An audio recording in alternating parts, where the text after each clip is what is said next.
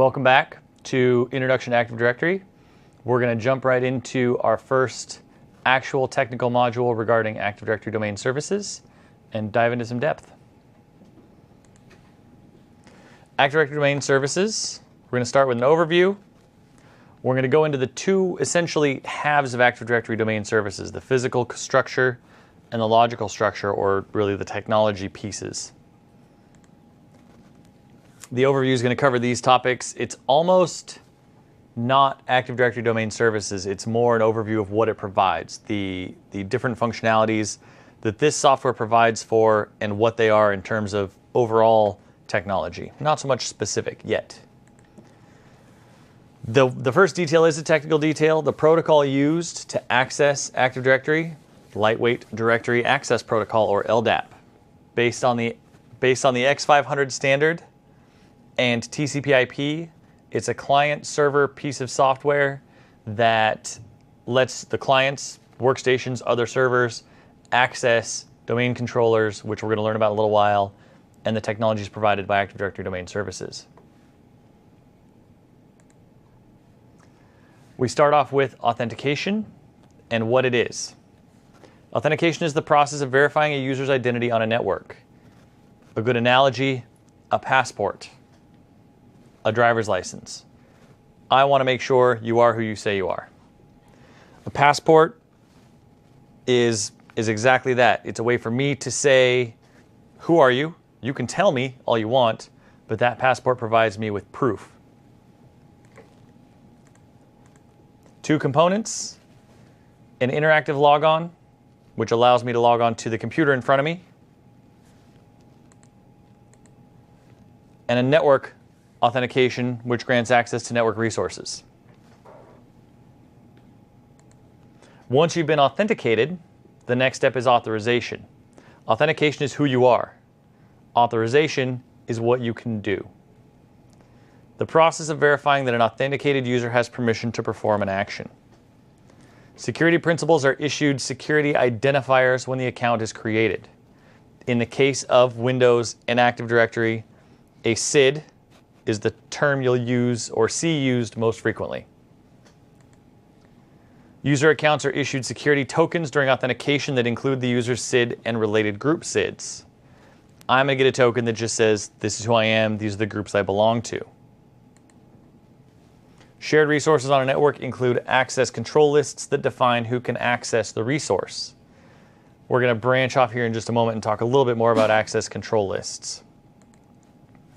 And then the security token that I've been issued, which has my SID and the SIDs of my groups in it, is compared against the access control list of that resource. In this case, it's called a discretionary access control list. If my SID is on that list, I'm given permission to do whatever it is I've been granted on that access control list. Some further notes on this one, because I've mentioned discretionary access control lists, I feel I should also mention system access control lists, or SACLs, or SACLs as we call them. A discretionary access control list here gives us or defines the permissions we have to do things with objects, write, read, change. A system access control list keeps track of what events will trigger an audit by a given security principal. So while, say, a share is going to have my user account attached to it by SID, and that SID is going to be also attached to my token. That token is going to be compared to that folder, that share. The SIDs match, I'll be able to do whatever to that folder that I'm granted via that access. That folder also is going to have a system access control list that may also have my SID on it, my identifier, that says that anything I do to that folder is audited. If I delete something, if I change something, just the fact that I open that folder, and in fact, some cases, if I'm not allowed to open that folder. Why? Given all this information, because technically it does exist in any computer. There are access control lists, there are SIDs, there are system access control lists and discretionary access control lists on a computer just sitting on your desk. It all exists, that technology does. So why Active Directory domain services? What benefits does it provide? Well, it gives us a centralized directory. Instead of having to worry about giving 5 users all individual access to 5 computers on my small home or small office network, Active Directory lets me create those 5 accounts in one place. I don't have to worry about creating them on every computer that they need access to. Single sign-on access. That's the benefit given those 5 accounts. Those 5 computers get connected to my Active Directory domain. I don't need to go to each computer individually, worry about if my password has changed, worry about if my usernames match. I can log into any of those computers anywhere, anytime. Integrated security, scalability. This can be done at great scale. After the introduction of Active Directory in Windows 2000, the scalability of Active Directory, and in this case Active Directory Domain Services, has ballooned to the point that it is limited only by the hardware provided for your domain controllers. And a common management interface, I briefly touched on this earlier.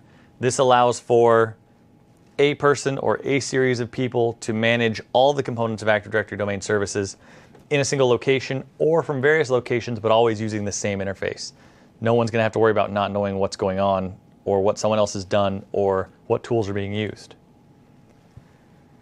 It centralizes this network management by providing a single location and set of tools for managing user and group accounts. Now, single location is a little tricky in this instance because a single location may not be a single geographic location, they may not mean a single geographic location. We're going to talk more about that. A single location for assigning access to shared network resources. Directory service for ADDS enabled applications. So it's a way for Exchange to get information about users that it wouldn't normally have. Options for configuring security policies that apply to all users and computers. This is called group policy. We're not going to cover it to a real great extent in this course. It's more just an overview of Active Directory and its components. But group policy is a very powerful tool at our disposal once we've decided to use Active Directory Domain Services. Group policies to manage user desktops and security settings. This again is the same as the one above it. Options for configuring security policies. It's centralized management of a number of security and application-based options. The requirements for installing, I decided to put some quick overview of requirements in here because we are in fact going to install and I want to make sure that people have the prerequisites they would need. Requirements for installing TCP/IP, configure appropriate TCP/IP and DNS server addresses. This is the chosen network mechanism for Active Directory Domain Services. Credentials, to install a new forest, and again we'll talk about forest in a little while, you need to be a local administrator on the server. You've got your server set up, it's installed, it's running. If you're not a local administrator, you can't actually make that server into what's called a domain controller. To install an additional domain controller, which is not a topic we're going to cover in any great length here today, you need to be a member of the domain admins group in an existing domain. Most importantly on this slide, however, is our last one, domain name system infrastructure. Verify that a DNS infrastructure is in place. When you install ADDS, you can include DNS server installation if it's needed. It's all part of the same interface, which is terrific. When you create a new domain, a DNS delegation is created automatically. Those details we're not going to go into great depth on. Again, this is more technically deep than we need to cover. Just the fact that you have to have DNS in place, it has to be functioning, your servers have to be able to communicate and find each other, and your clients have to be able to find those servers via DNS prior to the installation of Active Directory Domain Services. A quick overview of the two and how they interact. ADDS requires an infrastructure, which we just talked about. ADDS domain names must be DNS domain names, and that is to say fully qualified domain names. ADDS domain controller records must be registered in DNS to enable other domain controllers and client computers to locate them. This is an automatic process. Given that your DNS infrastructure is installed and functioning correctly, those records, called SRV records, will be created automatically in DNS for other domain controllers and client computers to find and use. DNS zones can be stored in ADDS as Active Directory integrated zones. This is, again, a slightly more advanced technological term or option. It has some nice advantages in that you can use Active Directory as a replication mechanism for DNS, and as a security boundary for DNS if you're using Active Directory to store your DNS records in. That, again, is a topic for another day that we'll be posting up at some point in the future. Component overview. There's a lot on this slide. We're going to cover each of these pieces individually in the next couple of slides. Physical data components, domain controllers, global catalog servers, and the data store are really the three big, important, I'd say crucial in this case, required physical components to Active Directory domain services. Without any one of those three, it doesn't really function. We also have read-only domain controllers as a physical option, a component option for ADDS. What this allows for is essentially a copy of your domain to be placed in, for example, a branch office, and allowing clients, users, computers to access that directory information, potentially authenticate against that directory information, but without the risk of it being compromised by an intruder or an outside attack. We're not going to cover read-only domain controllers any further beyond this slide in this course. They're just a more advanced topic than we're going to cover. Logical components are the more complicated piece of Active Directory domain services. Partitions, schema, domains, trees, forests, sites, and OUs are all logical pieces of Active Directory domain services. We're going to start at the top. We're going to work our way down through those pieces as we can. They're not necessarily all hierarchical, but some of them are. Our second lesson, we're going to jump into those physical components we saw on the left side of that first column. Domain controllers, global catalog servers, and the data store, again, being the big three physical components to Active Directory domain services. And then sites and replication being, I'm trying to think of the best way to explain it, maybe expansions on the physical components of Active Directory, and replication sort of a piece that ties those physical components together. In itself, it's not necessarily a physical component. Domain controllers are the foundation. This is the starting point. This is what you're going to create first in Active Directory domain services if you've never done it, installed it, used it before. A domain controller, or DC, as I'll probably relate to or reference them later, is a server with the ADDS role installed that has specifically been promoted to a domain controller. You create domain controllers. It hosts a copy of the ADDS directory store or data store, which is a physical component, and we will talk about in more detail later. It provides authentication and authorization services. It's going to keep track of who you are. It's going to let you authenticate to it so that you can prove who you are. And it's going to maintain some of the things that you have access to and what you can do against those objects. They replicate updates to other domain controllers in the domain and the forest. We're going to talk about that when we get to the replication slide here in just a couple of minutes. And they allow administrative access to manage user accounts and network resources in a central location. Windows Server 2008 and later support those read-only domain controllers we talked about earlier. We're not going to cover that in any more depth. Our next physical component, global catalog servers.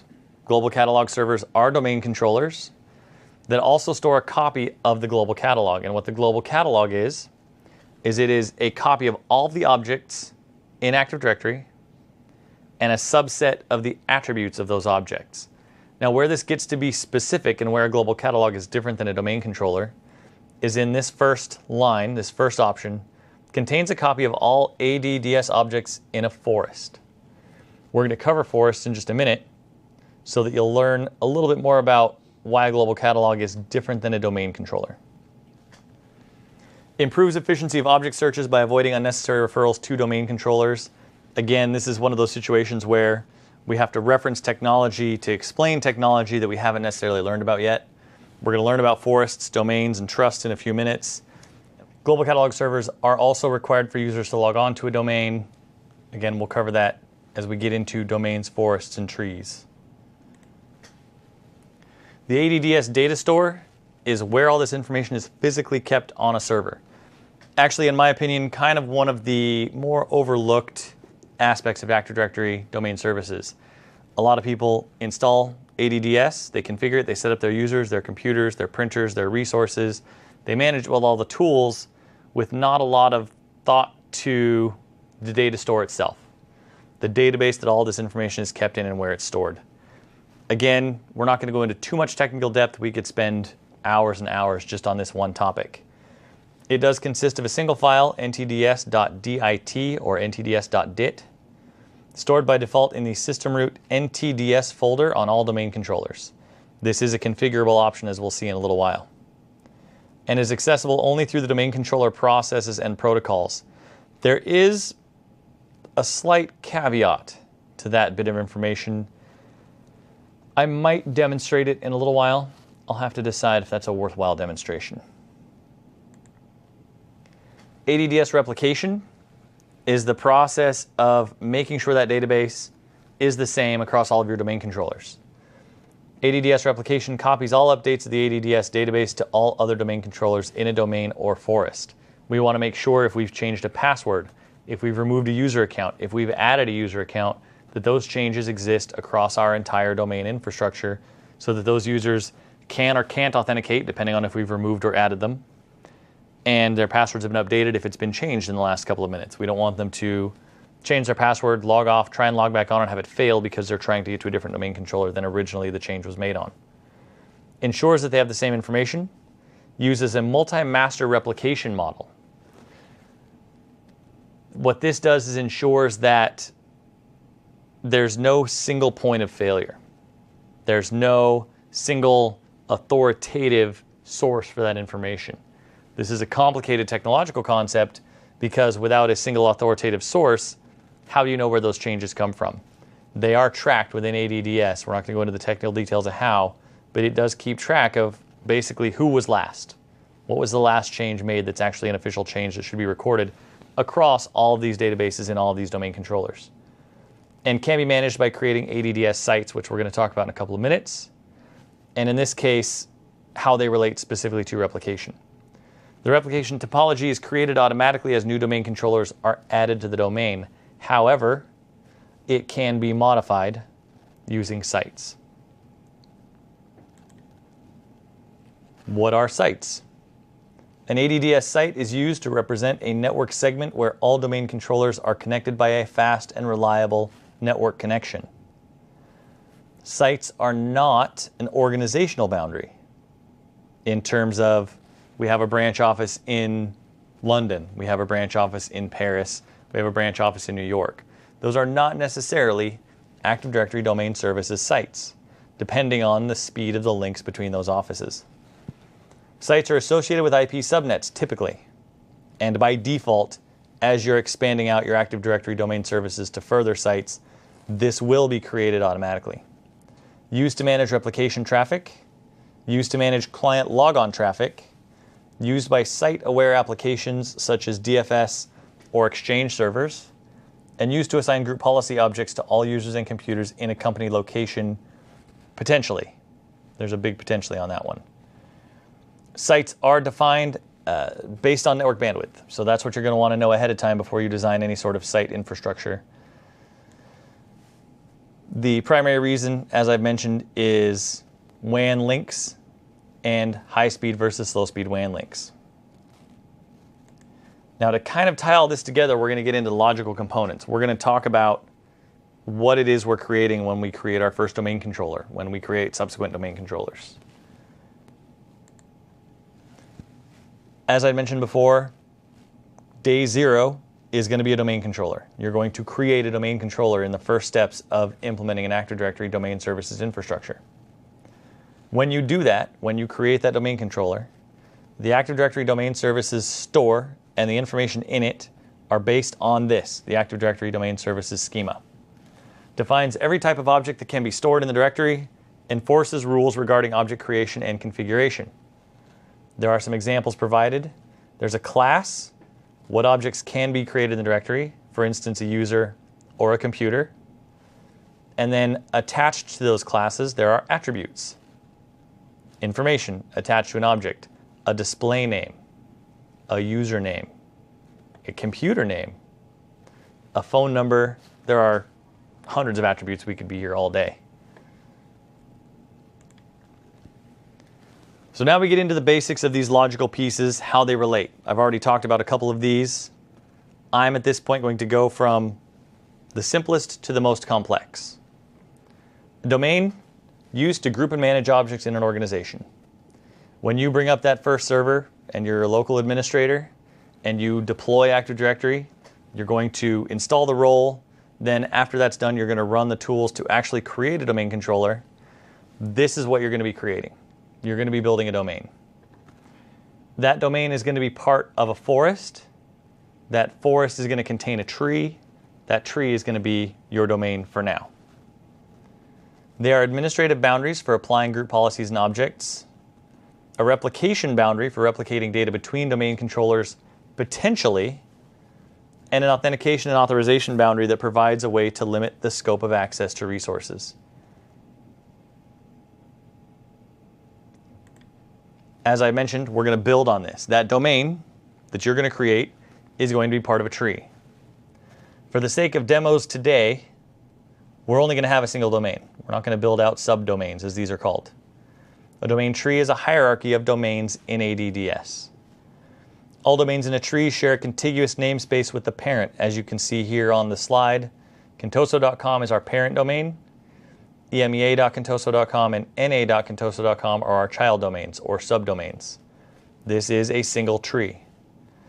There can be additional child domains. Those child domains can be as deep or as wide as you'd like in terms of how many levels and how many domains you'd like to have. By default, create a two-way transitive trust with other domains. We haven't talked about trusts yet. But what this tells us is that any resources in any of these domains can access, or can be accessed by, rather, accounts in those domains. I don't have to create anything, allow anything, specifically designate that users in na.contoso.com can access resources in contoso.com. It's automatic. We expand further. We've got a domain in a tree. We've got the tree in a forest potentially of multiple trees. A forest is a collection of one or more domain trees. Forests share a common schema, so the definition of our objects and their attributes are going to be the same across an entire forest. Share a common configuration partition. Share a common global catalog to enable searching. This one is important. We talked about global catalog servers before. It's when we get to the forest level that global catalog servers start to matter. If I'm a user in any domain, in any tree, in a given forest, and I want to find objects in Active Directory, I'm going to query the global catalog because the global catalog contains all of the objects in the domains, all of the domains, along with a subset of their attributes. So instead of me trying to find a user that could be in any one of these domains by searching through them iteratively one at a time, I'm just going to search the global catalog. Enable trusts between all domains in the forest. Again, it's automatic. If a user in this third tier child domain needs to access a resource in another tree, the trust exists all the way up through those domains and across to the other trees and then down through that hierarchy as well. The enterprise admins and schema admins groups are administrative groups with permissions to modify either the domains, the forests, or the trees, and the schema itself. Enterprise admins and schema admins are administrators across an entire forest, as opposed to domain admins, which are just administrators across a single domain. Now, we've created this hierarchy, domain, tree, forest. We're going to jump down the other direction, and we're going to now subdivide our domain. And this is where it gets a little complicated. We'd mentioned a couple of slides ago that a domain is an administrative boundary.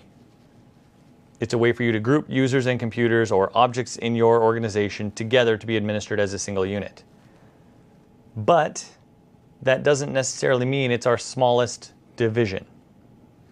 I can, within a domain, create organizational units to further divide those objects into administrative groups.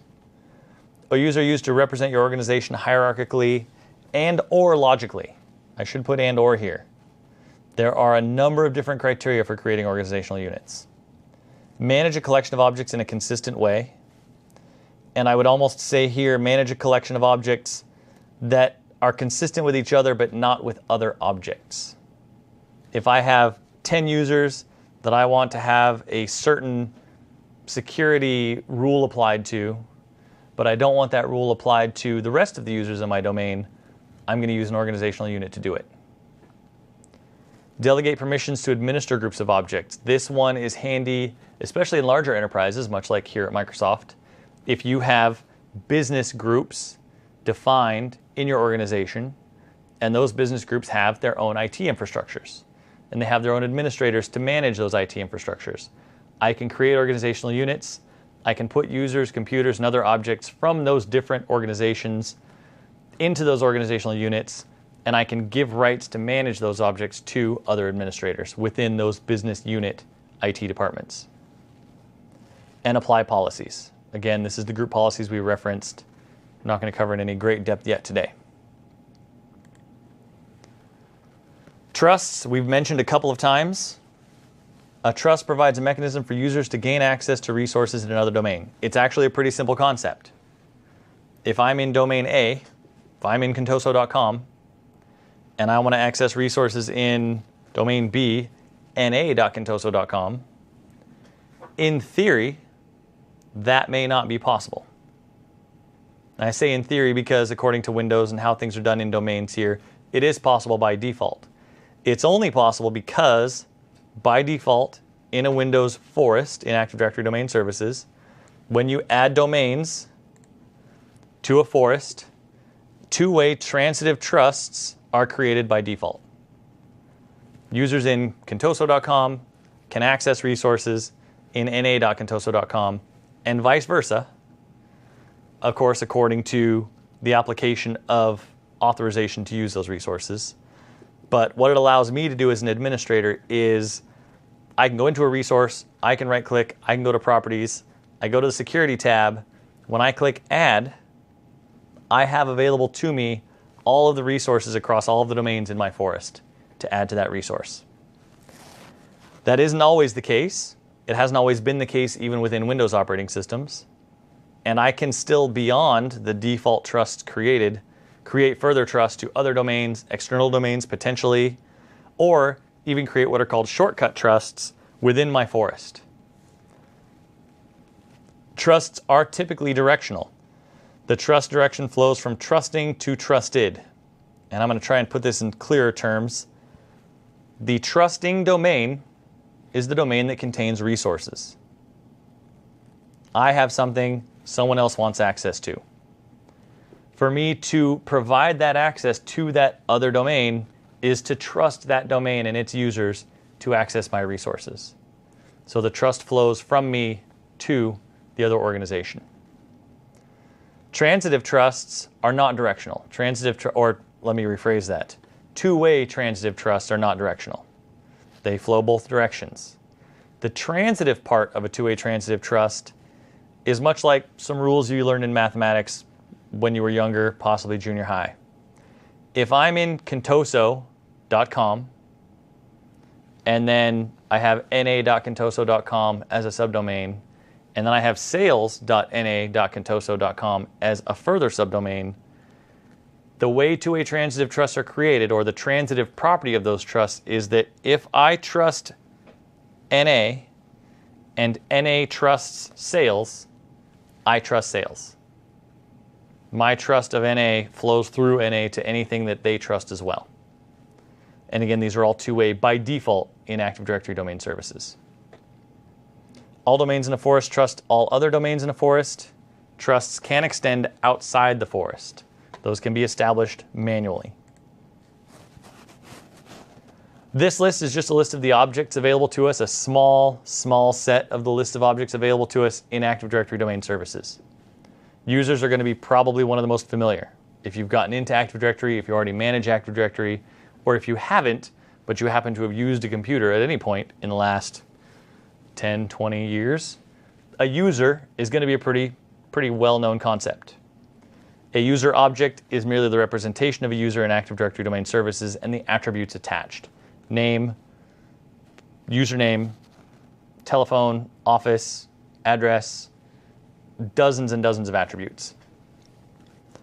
inet.org person is actually the standard, the X500, which is the protocol. The X500 Standard is the standard upon which the protocol, LDAP, Lightweight Directory Access Protocol, is built for communication between directory services.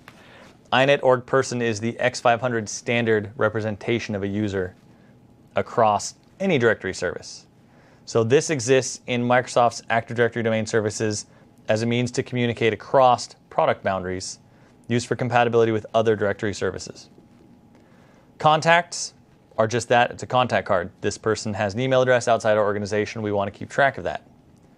Groups, computers, printers, and shared folders, all concepts that are relatively straightforward.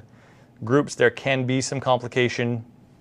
That will be for another course in terms of the technical depth and explanation of groups, nested groups, scope of groups. We'll probably get to that in a future course.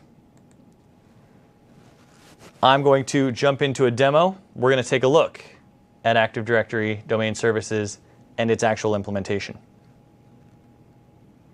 All right, so we're out of PowerPoint. We're into the demo environment. I have a server set up right here. It's been installed. The only configuration steps that I've taken ahead of time are to give it a name and an IP address, and that's it. We're starting from a clean slate. We're going to install the Active Directory Domain Services role. We do so by clicking on Add Roles and Features. This brings us into our wizard for all roles and features. I'm not going to skip this page by default just for the sake of the demo. This is something you'll see when you do this in your environment.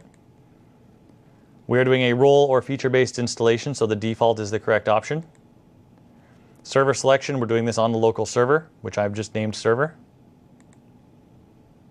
And the role we're installing, Active Directory Domain Services. As soon as I check that box, it's going to bring up this Add Roles and Features wizard. It's prerequisites. Microsoft has built the Server Manager to automatically detect prerequisites required when you're installing a given role, give those to you in a list to preview, and select to install. When I click Next, it's going to take me to the features installation page. This one wizard accommodates both roles and features essentially independently. In this case, some of these have been checked because of the requirement from the role selection screen. So we're just going to click Next. We're not going to select any additional features. Gives me a little overview of Active Directory Domain Services, what it does, what it is. Next, on the confirmation, we're installing the Active Directory Domain Services role. We're installing Group Policy Management and the Remote Server Administration Tools features. And we click Install. Now, as this installs, I'm going to relay a note that this does not create a domain controller. We're not creating a domain. We're not creating a forest. We're not creating any Active Directory Domain Services infrastructure. We're merely lighting up the bits that allow us to do so. So when this is done, we'll be able to then go on to that next step. One of the nice things about the new version of Windows Server, this wizard starts. I don't have to sit here and watch it. There's a note at the bottom. You can close this wizard without interrupting running tasks. I can close this and just wait for it to complete of its own accord in the background. I do get a flag up here that tells me this is running, and I can actually use it to check status. And we're going to wait just a moment for this to complete.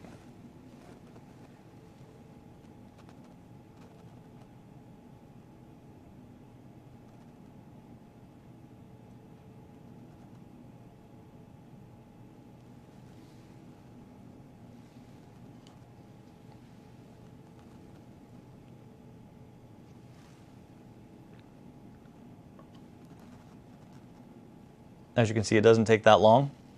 It's 30 to 60 seconds, and you'll be done installing the Active Directory Domain Services role. Another nice feature of the new Server Manager, once this is complete, up here in this same window, we'll actually get a note, which you'll see in just a moment when it's done, letting us know that there are further configuration steps required to actually implement the Active Directory Domain Services role. Just installing the role as we've done isn't enough for it to actually be functional.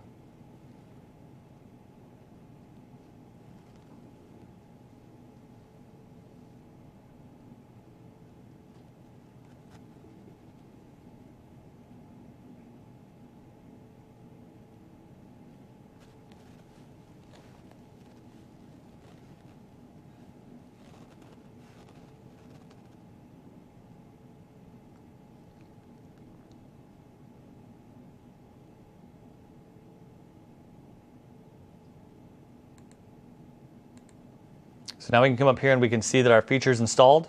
We're ready to move to next steps. installation succeeded. This is where things diverge a little bit. For anybody who's familiar with potentially older versions of Windows Server and the mechanisms for promoting domain controllers, you used to open up a run window or a command prompt and run DC promo. That doesn't work anymore. You now get this warning: the Active Directory Domain Services installation wizard is relocated in Server Manager. So up here, in Server Manager, once we've installed the role, if I can get the right one to come up, Tools. This is where all of our new management tools live. Manage, add roles and features, create server group.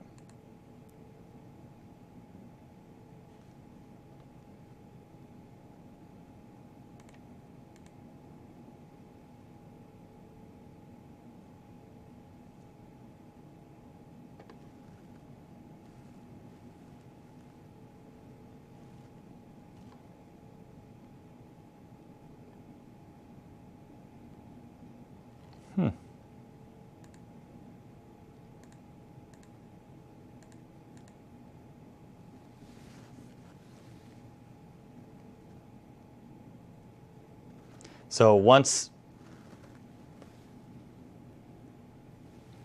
Awesome. Okay, so what I had to do, I forgot to refresh.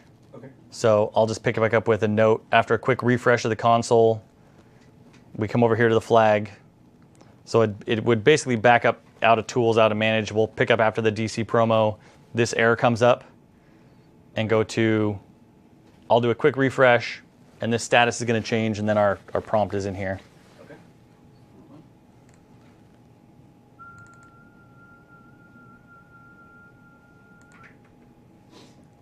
Okay. Whenever you're ready, we're just going to pick up a redo of this part of the demo. Yep. Whenever you're ready. So after I close that warning telling me that I can no longer do DC promo the traditional way, I can run a quick refresh of my console. And what that will do is it will bring up a second task and a flag, or a notification on the flag, that lets me know configuration required for Active Directory Domain Services at server. And my link is now here: promote this server to a domain controller, which is our next step.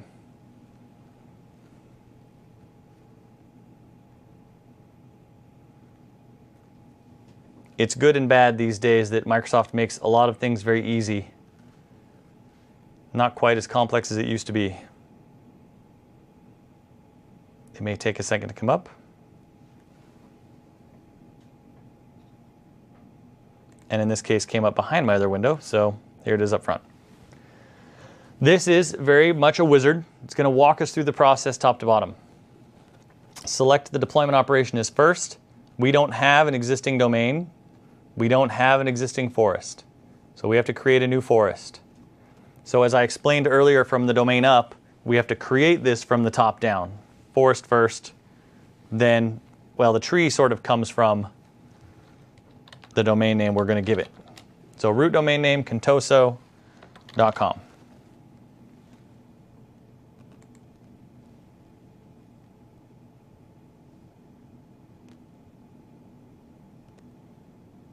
This gives us domain controller options. Forest functional level and domain functional level. We're not going to go into details of what those mean in this session. There will, again, be subsequent courses that go into great detail of those options. I'm going to give this a quick password real quick. What that password is in your environments obviously is up to you. Make sure to document all passwords adequately and securely. Domain name, system server or DNS server, and global catalog. These are options we're selecting. The DNS server is an option. I can uncheck it. Although in this case, I have not installed DNS ahead of time. So this domain controller has to have DNS installed and configured along with it to function correctly. The global catalog is not an option because this is our first domain controller for a new forest. It automatically has to be a global catalog.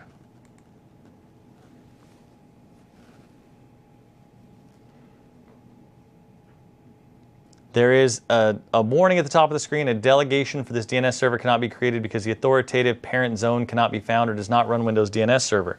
we don't have a parent zone. We don't have any DNS in this case existing prior. In your existing environments and organizations, you may, and this server will be configured to find that DNS already, and this delegation can be created. So we're just going to click next through that. The NetBIOS name is going to be generated automatically. You can change it if you want. Depending on the domain name you've chosen, you may have to, based on the length. In this case, Contoso is perfectly acceptable. We're going to accept that and move on to the next step.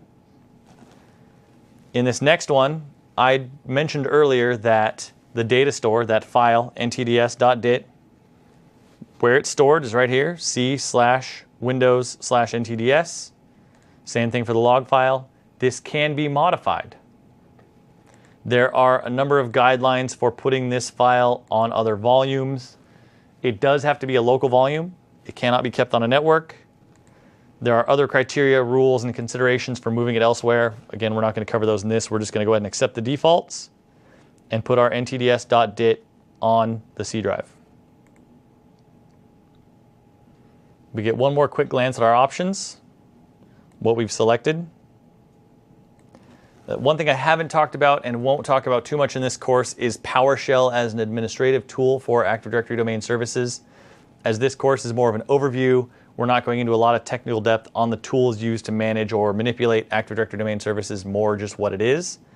But if you're familiar with PowerShell, or you've seen or taken other courses that Microsoft provides, which we have plenty of on the topic, this button, View Script, will allow you to see an automatically generated PowerShell script for the promotion of this computer to a domain controller. This is a terrific tool if you're planning on promoting a number of computers to domain controllers and you want to automate that process. You run through it once by hand, you get your script, you add this to a script that somehow, through a number of different possible means, runs through a list of servers that you want to promote, and these options are already pre-populated for you.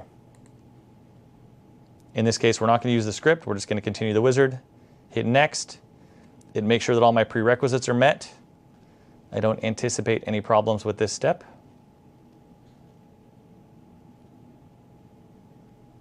Should not take very long either. Notice there is a notification at the bottom of the window. If you click install, the server automatically reboots at the end of the promotion operation.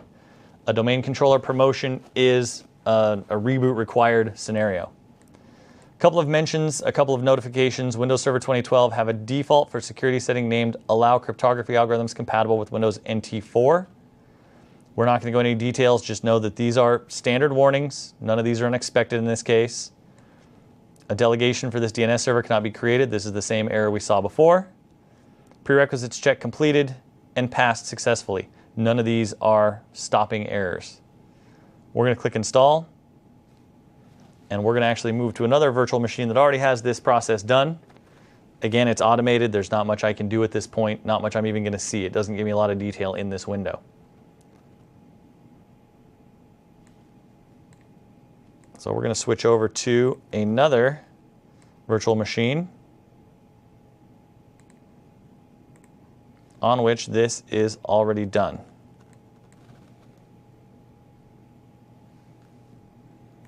So Server Manager is already open. You can see I've got all the roles installed. We'll use this one as our functional demo after the installation of this on the other server. What your server is going to look like after Active Directory Domain Services has been installed. You're going to see this in Server Manager. We've got events related to ADDS. We've got servers on which this role is installed. In this case, it's just this one. Under Tools, we now have some new options. Active Directory Administrative Center, Active Directory Domains and Trusts, Active Directory Sites and Services, Active Directory Users and Computers, ADSI Edit. All of these are added through the process of installing the Active Directory Domain Services role and promoting this computer to, or this server to, a domain controller. Group Policy Management is also on that list, and that's it. Those are all of the ones installed right away. And what we're going to do is just a brief rundown of each of those tools, see what they do, how they function. There was actually some question on my team as I was preparing for this course whether or not I was going to use Server Manager that much, just because of the fact not everybody watching this course, maybe using Server 2012, and it's a lot different in 2012 than it was in prior versions. However, I'm going to just use multiple methods because it's what we have available to us, and everyone should know all of the ways to manage. One new tool in 2012, the Active Directory Administrative Center.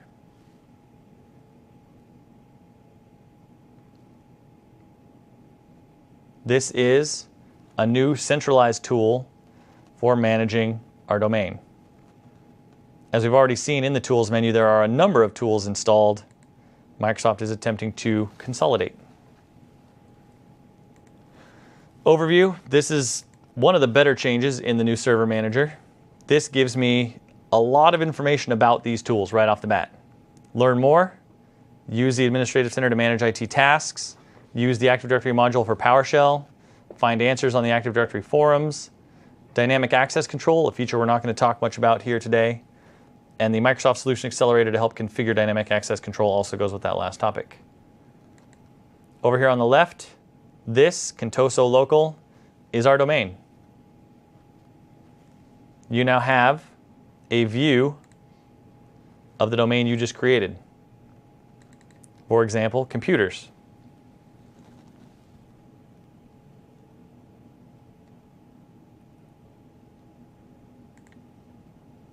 Domain controllers, which we actually have, and users. For anybody who is familiar with Active Directory Domain Services or has installed Active Directory Domain Services or the prior Active Directory, these should look pretty familiar. These groups, most of these groups anyways, have been around for a long time. To look at some of the other versions of these tools, this allows us to do some things. Older versions of this might look a little bit different. In the new server, obviously we have a new interface on the desktop. We have our new start menu, but we do have familiar tools. Active Directory users and computers is the old snap-in for managing parts of your domain. You'll see some of the same options here we just saw. Computers, domain controllers, of which we have one, and users. We'll come back to that. I'm going to minimize it and look at it again in a minute. Active Directory domains and trusts.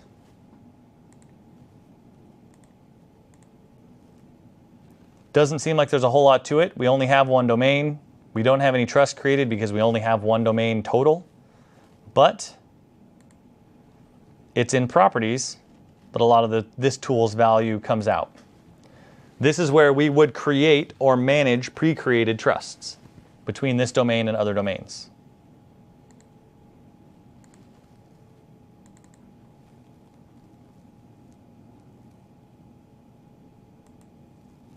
We talked briefly in the course about sites. Active Directory Sites and Services is a tool for managing sites.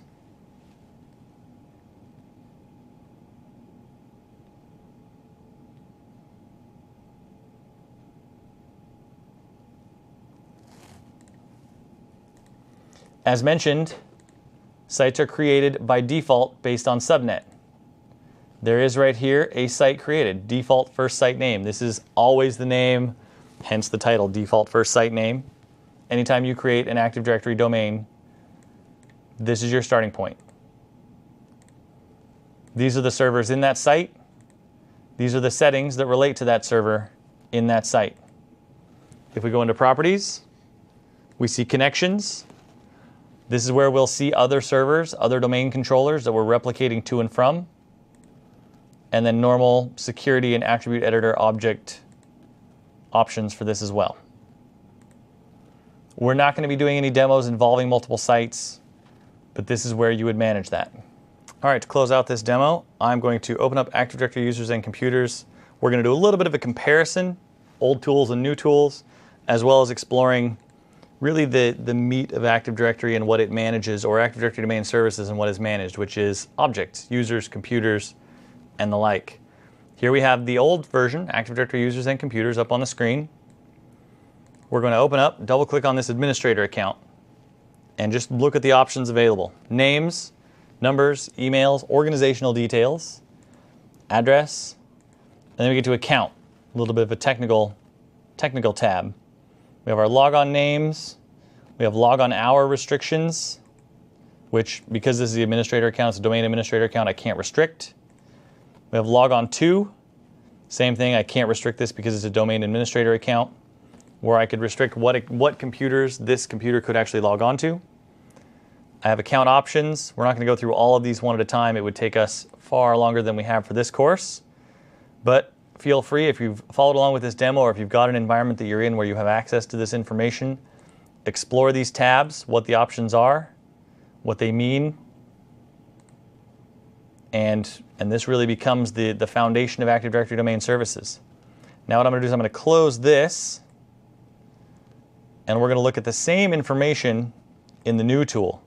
That Active Directory Administrative Center is now open. I've got my domain selected. I've got users selected, and this is the same list. And I can right-click, and there are actual tasks on here that I can do, or I can double-click, and it will open that object in another window, very similar to what we just saw with Active Directory users and computers. And a lot of the same options exist right here on this screen. Name, login details, UPN and SAM account, organization, display name, job title, email, address, member of, what groups I'm in, and I can enroll in membership to new groups, password settings, profile settings, again, options we saw.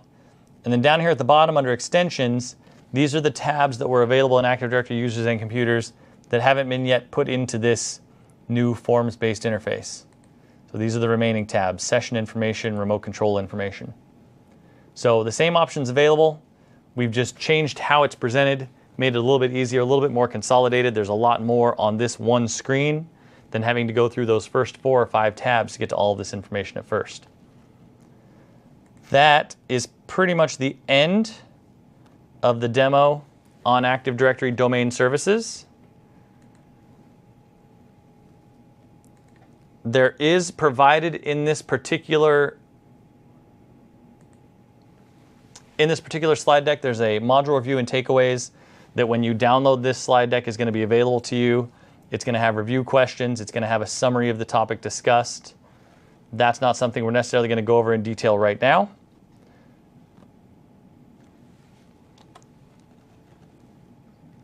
And that sums up what we've done. And that sums up what we've covered so far with Active Directory Domain Services, how to install it, how to promote a domain controller, some of the basics of the structures involved, both logical and physical, and we've taken a look at the tools used to manage Active Directory Domain Services once it's installed. That's it for now, and we'll see you in the next module.